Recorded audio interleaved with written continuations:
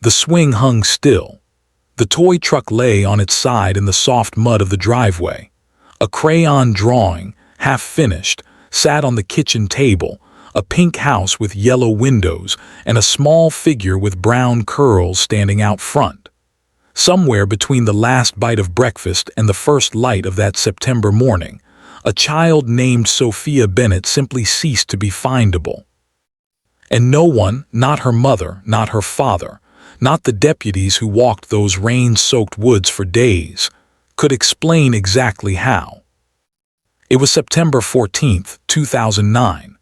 The location, a quiet, unincorporated community called Millhaven, situated in the rolling forested hills of Kitsap County, Washington, a place where neighbors still left their doors unlocked, where children still played in front yards without supervision, and where nothing particularly alarming had ever happened.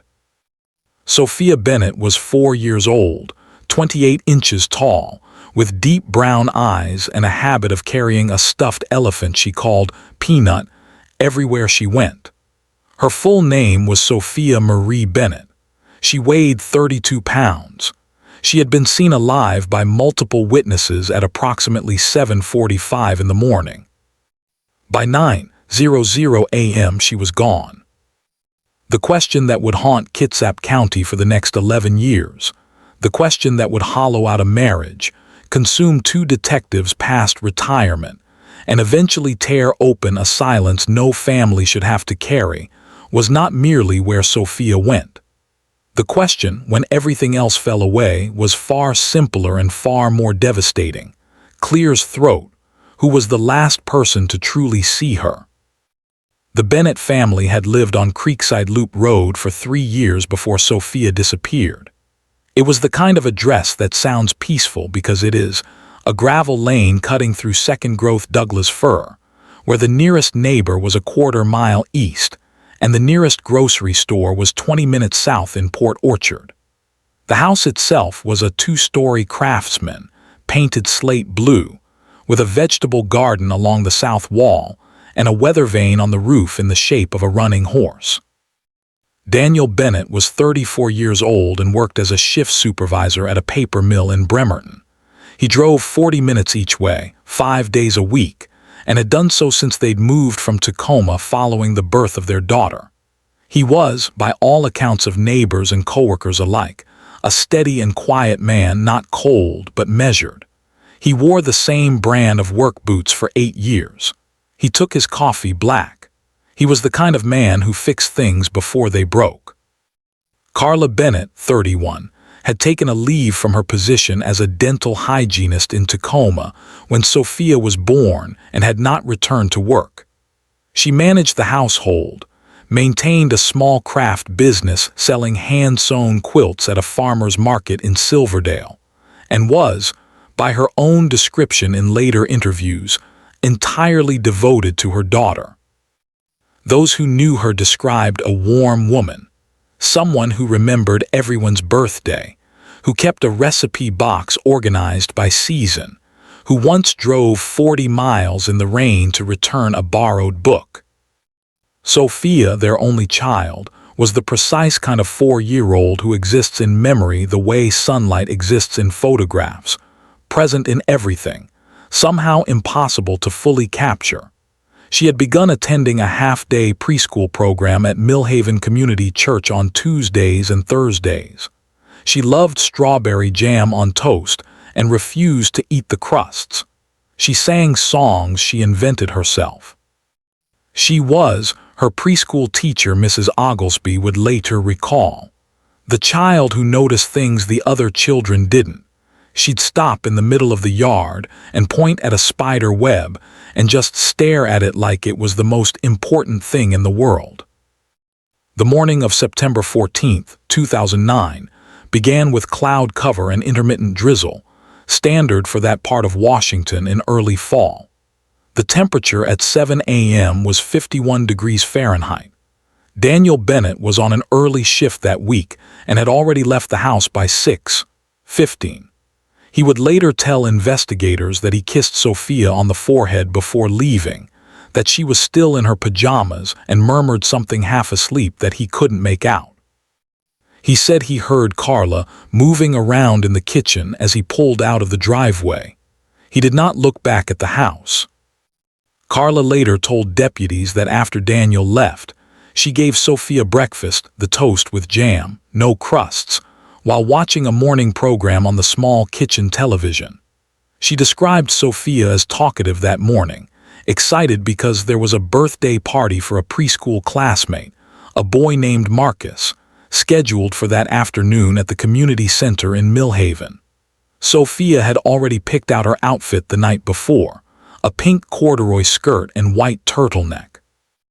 The outfit was still hanging on the back of her bedroom door when investigators arrived. The timeline, as Carla Bennett provided it: Sophia finished breakfast at approximately 7:30. She asked to go outside and play in the driveway while Carla cleaned up the kitchen. Carla said she agreed, telling Sophia she could play for 20 minutes before they needed to get dressed for the birthday party. She said she checked on Sophia through the kitchen window at roughly 7:42. She was certain of the time because a commercial break had just started on the television, and Sophia was in the driveway, pushing her toy truck through a puddle near the garden fence. At approximately 7:58, Carla called out through the back door that it was time to come inside and get dressed. There was no answer. She called again. She stepped outside. The driveway was empty. The toy truck lay on its side in the mud. Peanut, the stuffed elephant Sophia carried everywhere, was sitting upright against the fence post, as if carefully placed there. Carla Bennett said she searched the yard, calling Sophia's name, for what she estimated was 5 to 8 minutes before going back inside and calling Daniel's cell phone. He did not answer. He was on the mill floor in a loud environment and would not see the missed calls until his first break at 9:15. She then called 911 at approximately 8:12 a.m. The dispatcher, recording the call, noted that Carla's voice was calm but her breathing was unsteady. She reported her daughter missing. She gave a description. She gave the address. The first Kitsap County Sheriff's deputy arrived at Creekside Loop Road at 8:31 a.m., 19 minutes after the call. The swing near the fence hung still in the damp air. The half-finished crayon drawing sat on the kitchen table. Sophia Marie Bennett, 4 years old, was nowhere to be found. By noon on September 14th, the search operation had expanded to include 14 members of the Kitsap County Sheriff's Office, 2 K-9 units from the Washington State Patrol, and more than 60 community volunteers who had shown up without being asked. The dogs were brought to the driveway, given scent from Sophia's pajamas, and released into the adjacent tree line. They tracked northeast, approximately 200 yards into the forest, before losing the scent near a drainage ditch that fed into Miller Creek. The lead investigator assigned to the case was Detective Sergeant Roberta Foss, 47, with 22 years of experience in Kitsap County. She was known as methodical, unshowy, and the kind of investigator who photographed everything, including things that looked unimportant. In her incident notes from that first afternoon, she wrote, "Scene appears undisturbed. Child's belongings positioned in way that is unusual, stuffed animal propped against fence post, not dropped, not dragged. Truck on side in mud. No footprints in mud except child's own. No evidence of entry from external direction. No witnesses yet identified." The community response in Millhaven was immediate and genuine. By the following morning, flyers bearing Sophia's photograph, the one from her first day of preschool, where she is grinning with her eyes half closed from the September sun, had been posted on every utility pole between Millhaven and Port Orchard. The local fire station became a volunteer coordination hub. A search grid was established covering roughly 4 square miles of forest, farmland, and creek drainage. Daniel Bennett arrived at the house at 9:52 a.m. on the day of disappearance, having been reached by a coworker who had heard a radio bulletin. Those who were present at the scene that morning described his arrival as unexpected in its quiet. He did not run from the car. He walked to where Carla stood near the fence, placed both hands on her shoulders, and looked at her for a long moment before turning to speak to the deputy nearest to him. He asked a series of precise questions about the search perimeter and the K-9 results. He did not cry. He stood with his arms at his sides. In the days following, this composure became a subject of quiet speculation. Deputies whispered quietly among themselves that something about Daniel's bearing didn't sit right, not that it suggested guilt exactly, but that it sat at an odd angle to the situation. When a child disappears, Detective Foss noted in a private interview years later, you see parents come apart in 100 different ways. Some freeze, some scream. Some just ask questions because asking questions is the only thing that still gives them any control. I didn't know what to make of Daniel Bennett in those first days. I still don't. The first inconsistency emerged on September 16th, 2 days into the investigation. A neighbor named Phyllis Crane, who lived 3/4 of a mile north along the same gravel road, came forward to say that she had been driving south on Creekside Loop Road on the morning of the disappearance, sometime between 7:50 and 8:05 a.m., and had seen a vehicle parked on the soft shoulder just north of the Bennett driveway, a dark-colored pickup truck, extended cab, which she did not recognize. She said a man was standing near the truck, facing away from her, and appeared to be looking at something in the tree line. This information reshaped the investigation entirely for a period of several weeks. Deputies canvassed the area for dark extended cab pickup trucks. A short list was developed. None of the interviews produced a viable lead. The man Phyllis Crane had described was never identified. The truck was never found. And as October arrived and the search effort contracted, it became the first of several threads the investigation would pull without result. Physical evidence from the scene was sparse in ways that puzzled the forensic team. There were no tire impressions in the gravel near the driveway that didn't belong to the Bennett vehicles. No fiber evidence, no blood, no signs of any physical encounter that might suggest the abrupt involvement of a stranger. The forensic specialist, in a report filed October 3, 2009, noted, "The scene is notable less for what is present than for what is absent. The absence of disturbance consistent with unwilling movement of a 4-year-old child is significant." Carla Bennett was interviewed 7 times in the first month. Her account remained consistent across each interview, though detectives noted that her descriptions of the morning, the specific times, the specific details became slightly more precise with each retelling, which is not how memory typically behaves. When Detective Foss gently raised this observation with a colleague, she noted it in her case file under the heading Discrepancy Indicators, Witness 1. She did not yet give it a name. Daniel Bennett's alibi was verified.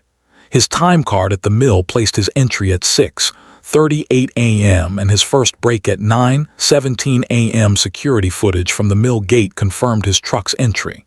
He had not left the premises.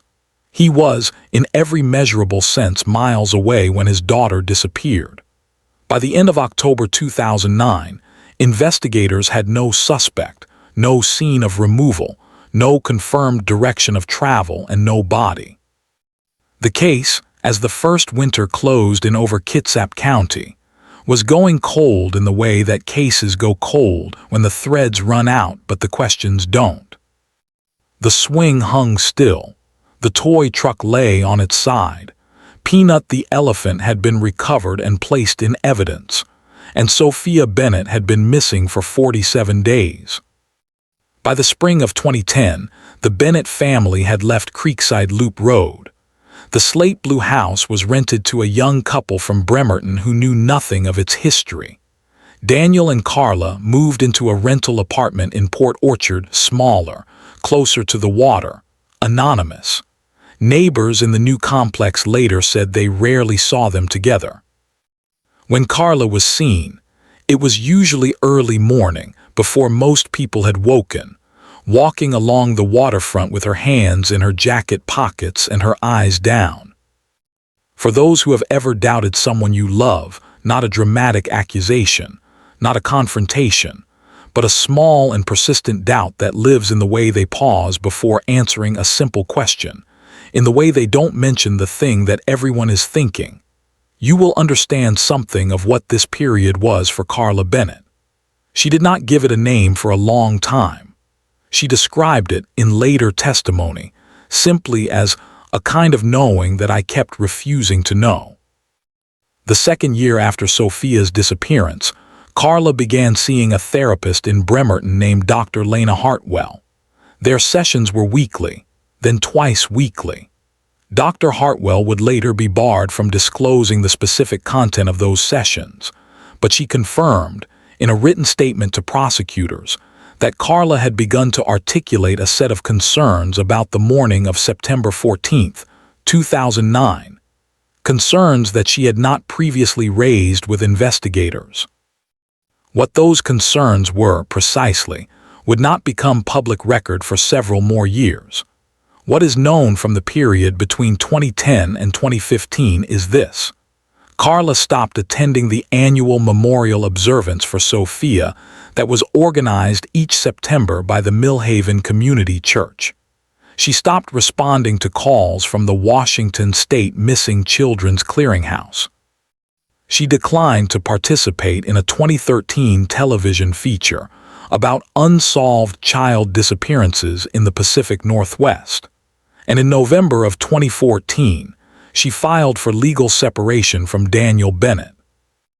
Daniel, by that point, was living in a rented room above a hardware store in Belfair, 20 miles north. He had left the paper mill in 2012 and was working intermittent construction. Those who knew him during this period described a man who had folded inward, not volatile, not unstable, but diminished. He kept to himself. He didn't talk about Sophia if he could help it. When he did, when a coworker or a neighbor brought it up, he would go still in a particular way, his eyes moving somewhere else, and the conversation would simply end. It was in 2015, the 6th year, that the first small crack appeared in the silence.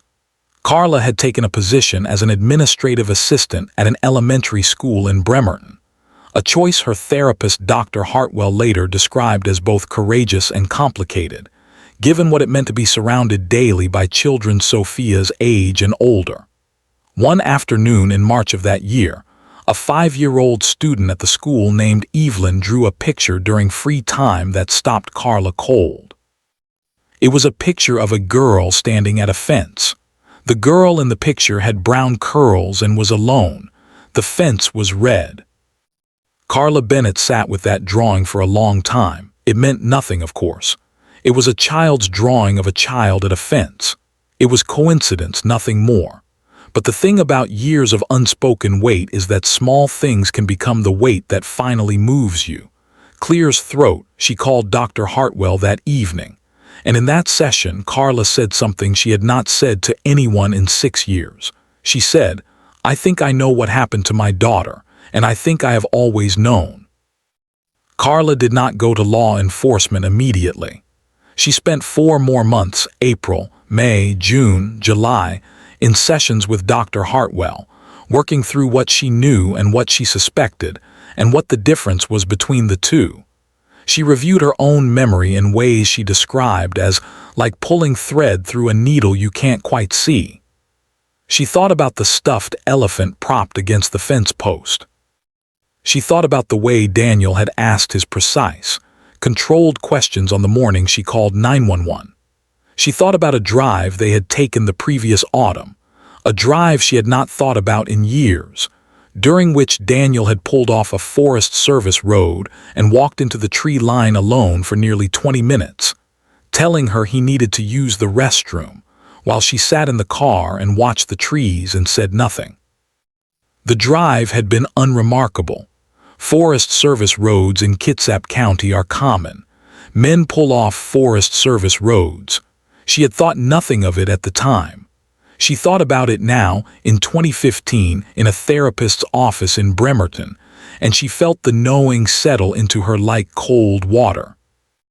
In August 2015, Carla Bennett contacted the Kitsap County Sheriff's Office and asked to speak with whoever was currently assigned to her daughter's case. The name she was given was Detective Sergeant Alan Pruitt, who had inherited the cold case file when Roberta Foss retired in 2013. She made an appointment for a Tuesday morning in early September, the first week of September, 6 years and 1 week before the anniversary of the morning. The swing stopped moving and the truck lay on its side in the mud.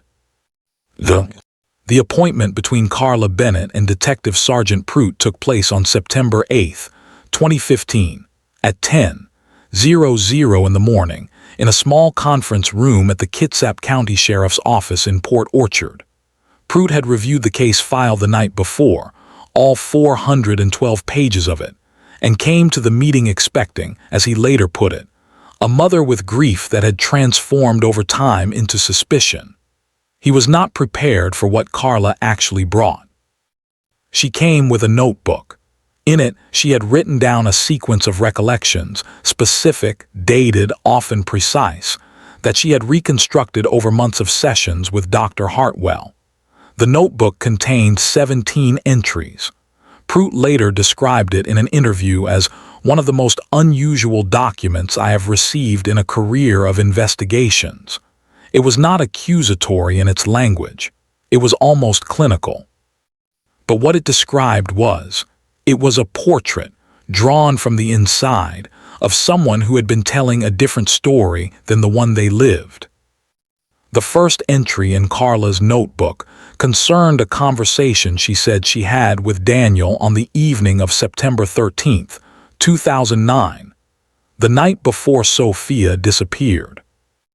She wrote that Daniel had been unusually agitated during dinner, that he had snapped at Sophia over something minor involving the toy truck being left in the hallway, and that after Sophia went to bed, he had sat at the kitchen table for more than an hour without speaking, staring at the surface of the table, while Carla sat across from him and wondered what was wrong and didn't ask. The 11th entry concerned a drive Carla had not originally remembered until a session with Dr. Hartwell in May 2015. It described, in careful detail, the route Daniel had taken on a Sunday drive in October 2008, nearly a year before Sophia disappeared, through the Forest Service roads east of Millhaven, along a route that passed within a quarter-mile of the drainage ditch near Miller Creek, where the K9 units had lost Sophia's scent. The 16th entry was the one that moved Pruitt to reopen the case formally. It read, in Carla's handwriting, "On the morning of September 14, 2009, I did not watch Sophia go outside through the kitchen window. I was not watching the television. Daniel called me at 7:38 from a number I did not recognize. I went into the bedroom to answer it because I didn't want Sophia to hear me if it was a difficult conversation. It was Daniel. He said he had left his badge at the house and asked me to look for it. I looked for it for approximately 10 to 15 minutes. I did not find it. I went back to the kitchen. I looked outside. Sophia was gone. I have told investigators that I watched her through the window. I have told that story so many times that I believed it, but I did not watch her through the window. I was in the bedroom. I do not know who was in the driveway with my daughter." Detective Pruitt requested a formal recorded interview with Carla on September 15, 2015. He contacted the Washington State Patrol's Cold Case Unit and the FBI field office in Seattle. A multi-agency review of the Bennett case was formally authorized on October 1, 2015, 6 years, 2 weeks, and 3 days after Sophia was last seen alive. The investigation that followed took 11 months. It involved subpoenas of cell phone records, including the call from the unrecognized number on the morning of September 14, 2009, which was traced to a prepaid phone purchased at a convenience store in Bremerton 18 days before the disappearance. It involved the re-examination of odometer records from Daniel Bennett's vehicle, records that had been requested in the original investigation, but never fully analyzed. It involved ground-penetrating radar surveys of a 2-acre section of Forest Service land east of Millhaven, on a route consistent with Daniel Bennett's 2008 Sunday drive. On August 22, 2016, at 3:47 in the afternoon, a forensic search team operating on a hillside above Miller Creek recovered physical evidence consistent with the remains of a small child in a shallow depression beneath the root system of a fallen cedar. The site was 7/10 of a mile from the Bennett home on Creekside Loop Road.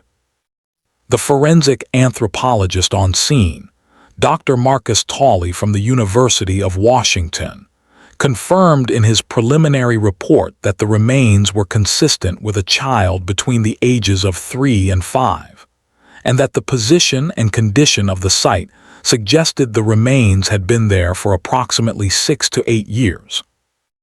Dental record comparison was completed on September 3, 2016. The remains were confirmed to be those of Sophia Marie Bennett. Daniel Bennett was arrested on September 9, 2016, 7 years to the day, almost to the hour, after his daughter was reported missing. He was taken into custody at the construction site in Belfair where he was working at 8:47 in the morning. By accounts of workers on site who witnessed the arrest, he did not run, did not resist, and did not speak. He was placed in the patrol vehicle without struggle. One co-worker, interviewed later by a local television station, said, "He just looked at them when they walked toward him, and then he nodded, like he'd been expecting it." The arrest generated immediate coverage across the Pacific Northwest.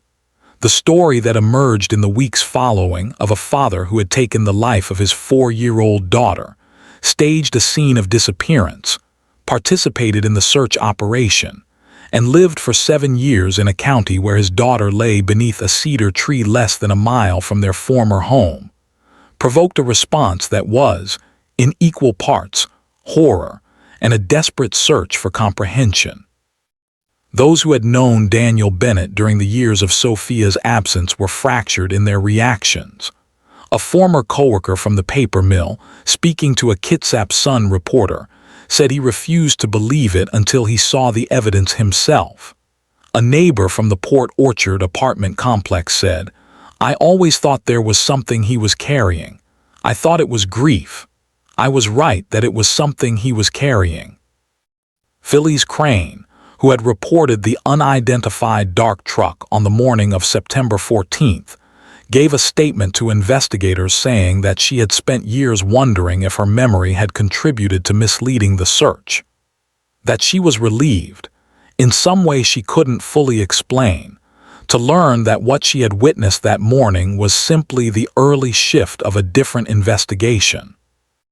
The trial of Daniel Richard Bennett opened in Kitsap County Superior Court on March 14, 2017. The prosecution was led by Deputy Prosecuting Attorney Sandra Ackafer, who had spent 6 months preparing a case built almost entirely on circumstantial evidence, but circumstantial evidence of unusual density and convergence. The cell phone records, the odometer data, the forensic analysis of the recovery site, the timeline reconstruction, and above all, Carla Bennett's testimony. Carla took the stand on March 21, 2017. She was 40 years old. She wore a gray jacket and kept her hands folded in front of her on the rail. She answered questions in a voice that was measured and clear. When Deputy Prosecuting Attorney Ackafer asked her to describe the moment she understood what had happened to her daughter, Carla paused for a long moment, looked at a point in the middle distance and said, "There wasn't one moment. It was like standing in a dark room and having your eyes slowly adjust. You don't notice the light coming in, and then one day you can see the whole room, and you realize you've been able to see it for a long time. You just didn't want to.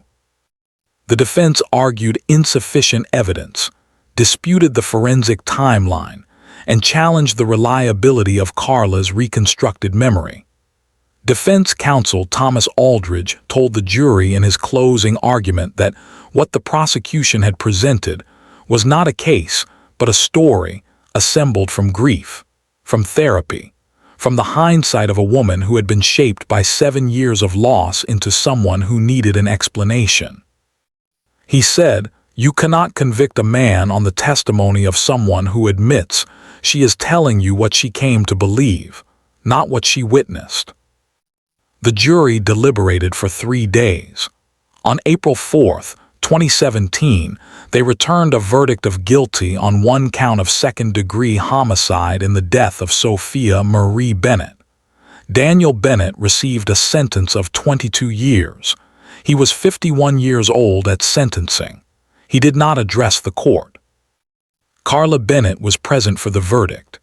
Those in the courtroom that day described her as still, not relieved, not collapsed, but simply still, in the way of someone who has been waiting for something for so long that when it arrives, there is no adequate physical response. She was reported to have sat for several minutes after the courtroom cleared, alone in the gallery, before rising and walking out into the April light. There is a version of this story that ends with the word justice, and lets that word carry the weight it is supposed to carry. And in some measure, justice is what was served, a verdict, a sentence, an accounting. But those who followed this case through its years and its silences know that what happened on Creekside Loop Road in September 2009 was not merely a crime. It was also the systematic erasure of a small life by the person most responsible for protecting it, and then the layering over that erasure of 7 years of ordinary existence. A search operation, an investigation, a community's grief, a mother's fractured memory, all of it piled on top of what was true. Sophia Bennett never made it to Marcus's birthday party. She never wore the pink corduroy skirt and white turtleneck her mother had hung on the back of her bedroom door. She never learned to ride a bicycle or sit still through a school day or grow past the 4 years she was given. She never carried Peanut the elephant through one more driveway puddle on one more drizzling Washington morning. Detective Sergeant Roberta Foss, who opened the original investigation in 2009 and had retired by the time the case broke open, was asked by a journalist in 2017 whether she had ever suspected the outcome. She paused before answering. Then she said, "I suspected everything and nothing. That is the honest answer. When I photographed that stuffed animal propped against the fence post, propped, not dropped, I wrote in my notes that it was unusual, and it was unusual." But you can't build a case on unusual. You can only build a case on what you can prove. 11 years is a long time to wait for proof, but Sophia waited longer. For those who have ever carried the weight of something known but unspoken, for those who have stood at the window and seen something they turned away from, this case offers not comfort, but clarity. The truth did not disappear when it was buried beneath a cedar tree. It waited in the ground, patient and permanent, the way truths tend to wait, until the tools and the courage and the right question arrive together. Sophia Marie Bennett, born June 3, 2005, gone from a driveway on September 14, 2009, found, finally and fully, in the fall of 2016. She was 4 years old in the photograph on every flyer, in the courtroom exhibit, in the memory of everyone who ever looked for her. She will remain 4 years old.